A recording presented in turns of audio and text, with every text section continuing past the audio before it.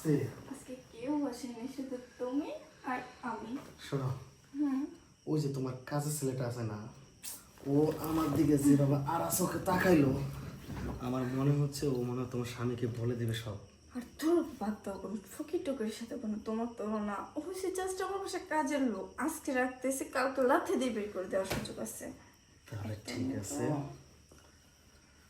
শোনো, কি? এইভাবে আর কতদিন তোমার স্বামীর চোখে ফাঁকি দিয়ে এই 4 দেওয়ালের ভিতরে আমরা দুজন এনজয় করে যাব?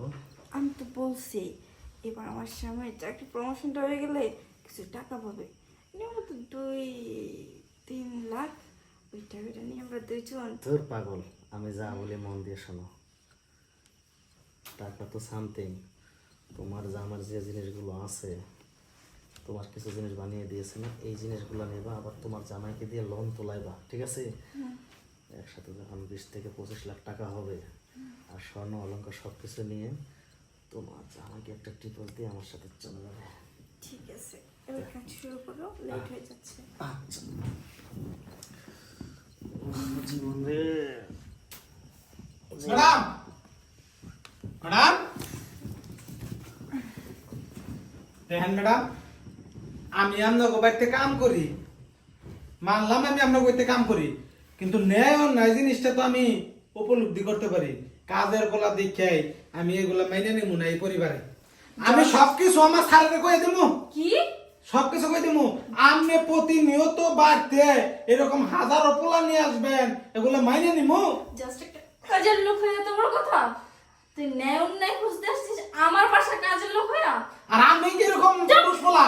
হ্যাঁ, এই মায়েরা প্রতিনিয়ত এক এক দিন এক একটা পোলা নিয়ে, হ্যাঁ সারেরও সময় দেয়, আপনারও মতো হাজারো পোলা সময় দেয়। আপনাদের কি লজ্জা শরম কিছু নাই? হ্যাঁ, এরকম খাওকা মানুষ হ্যাঁ পিছনে করতাছুন। ঠিক বলছো, ঠিক, একদম ঠিক। এই জন্য তো আমার প্রস্তাব করতে গেলে গাছ হাঁকি মারে।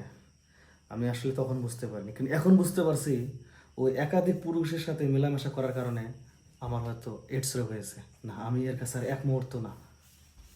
ম্যাডাম শুনেন, এই, তুই কি করলি? কে একবার আপনার দিছে হয় নাই? সাহেব তো আইতে দিয়ে খেয়ে যায়, সকালে নইলে সে অফিসে যায়, বিকালে তো সে আপনার বাড়িতে আসে। তোর সমস্যা কি? এই তোর সমস্যা কি? তুই কাজের ছেলে, কাজ করবি কাজের জায়গায়, তুই এখন আমার কি বলবো? এই বস, বস। বম হইতো আমি আমরা তো আইন কে আমার ঘরে লাগবো, পাগল হইছি আমি। আমি কাজের বলে হান মাথা লই নাই তো আপনার বগলে যাইয়া আমি আবার এরসব বানাই নই নাকি? হ্যাঁ, এরসব বানাই নই। মিথ্যা কথা বলছে মিথ্যা। পালানোর জন্য। জান এখন থাকলে আরো ঝামেলা হবে। ম্যাডাম বহেন, আমি আপনার একটা কথা কই, শুনেন। দেখেন, এই দুনিয়া কিন্তু দুনিয়া না, এই দুনিয়ার পরেও আখিরাত বইলে একটা জিনিস আছে, একটা দুনিয়া। এই দুনিয়ার পরেও আখিরাত বললে তো বিশ্বাস করুন না, আপনি মুসলমান না? আপনার মরনা করে বিশ্বাস করুন না? তাইলে এই যে এই দুনিয়ায় স্বামী ঘরে রাখিয়া ঘরের নারী পরের খাওয়ার অভ্যাস যে গঠন করতেছুন, এটা পরকালে যে আপনার হিসাব দেনাবো না। সামান্য 5 মিনিটের চাহিদার জন্য যদি আপনি নিজের স্বামীরে ঠকাইয়া অন্য পুরুষ নিয়া এই যে চাহিদাটা পূরণ করতেছুন, হয়তো আপনার স্বামীটা এথানি মানলাম, এই পোলাটা নইলে আর একটু বড় হয়েছে, এতটুকুই তো। হ্যাঁ, একজন মানুষের গঠন অনুযায়ী তার শরীরের সমস্ত অঙ্গ প্রত্যঙ্গ বড় হয়। আপনার স্বামীটাই যদি না হয়, আপনার স্বামীরে বুঝাইয়া কবাইন ডাক্তারের কাছে নিয়ে যাবেন, একটা ব্যবস্থা করব। দুনিয়ায় সমস্যা থাকলে সমাধান আছে, আছে না?